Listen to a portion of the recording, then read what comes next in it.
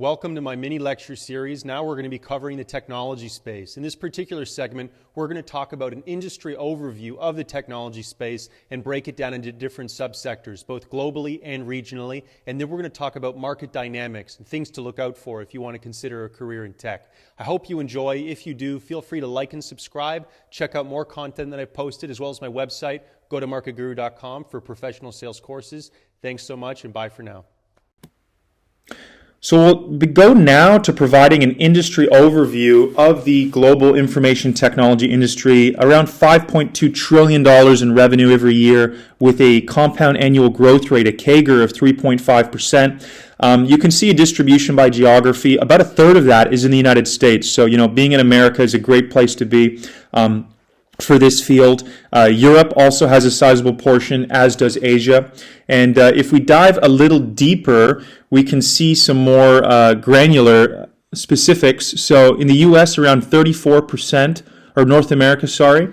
And then if we look at the subsectors, there's tech services, so professional services, telecoms, software, hardware, otherwise known as devices and infrastructure, and emerging tech, all the new age stuff that composes that. And they each have a fairly similar piece of the pie in the U.S. information technology market. And on the bottom here, we can see a breakdown of what those different segments are. So if we look at tech services, we see managed services, so people managing software services for others, companies managing it for other companies, design, data processing, automation, consulting services, data analytics services, testing services, and the like. In telecoms, there's mobile voice, mobile data, satellite services. Software, huge category. This is what we'll be primarily concerned with. Cybersecurity, mobile apps, cloud services models, e-commerce, software development, automation. Emerging tech is kind of a rabbit hole of all the new crazy stuff that's coming out, and it's not mutually exclusive. So it includes software, it includes hardware, it includes everything. Some examples of this are Internet of Things, if you can see here. This is basically any smart device that has a chip and a connection to it. So smart cameras, smart thermostats, anything really. Artificial intelligence, a big buzzword. 3D printing, I think we all remember that. Augmented or virtual reality, blockchain, edge computing. These are still things that are people are still learning to understand. And then devices and infrastructure is the hardware space, so computers, tablets, printers, and the like. I don't expect you to memorize this, but what I want to give you is an appreciation for how big the market is, how lucky we all are to have the U.S. market right before us, and the different segments, the main segments being services, telecom, software, emerging tech, devices and infrastructure, which compose hardware. There are a few things bolded here, so cloud, SaaS, PaaS, and IaaS. These are basically the three main cloud services models, and we'll speak to that a little later in this lecture. But before we do that, we're going to shift from the industry to market dynamics. I think market dynamics are very important. As an economics guy, I think it's important to understand kind of the forces and the ebbs and flows, both structural and psychological, that affect things. And we'll start by talking about the hype curve.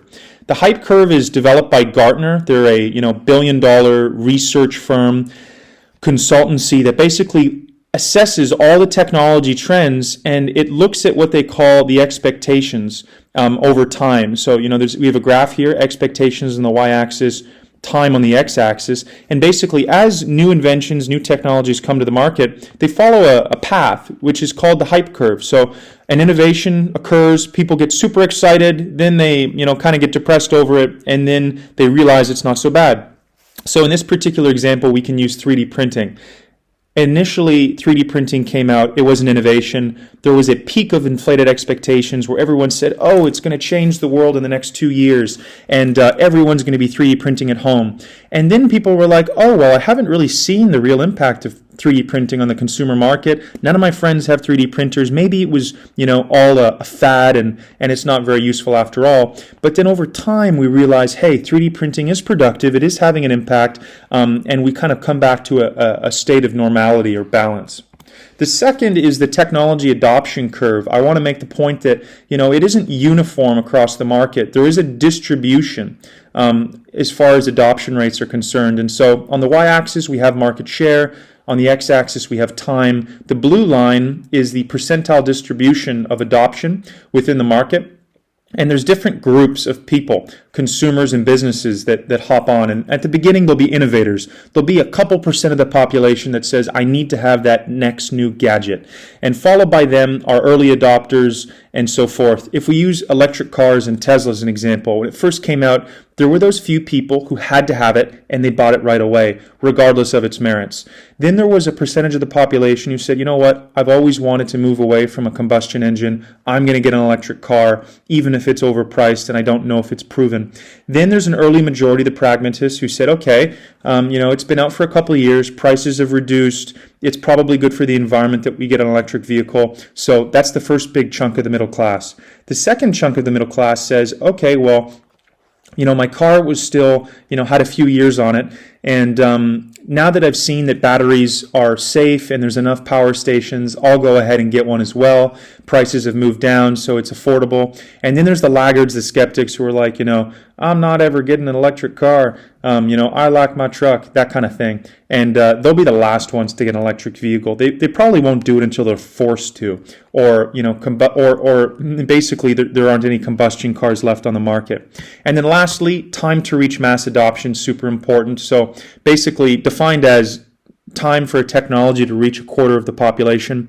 The trend here is that it started off with mainly hardware, the airplane, the telephone, the radio, the television, and it took quite a while by today's standards to reach the market, 68 years, 50, 38, and so forth. Then there was technology items that were a combination of hardware and software, so, the iPod, the iPhone, and they spread quite rapidly. And now a lot of software products in the market, and they spread extremely quickly, like Facebook and Twitter, achieving mass adoption. Angry Birds, Pokemon, you remember people walking around catching virtual Pokemon. 19 days is what the studies show.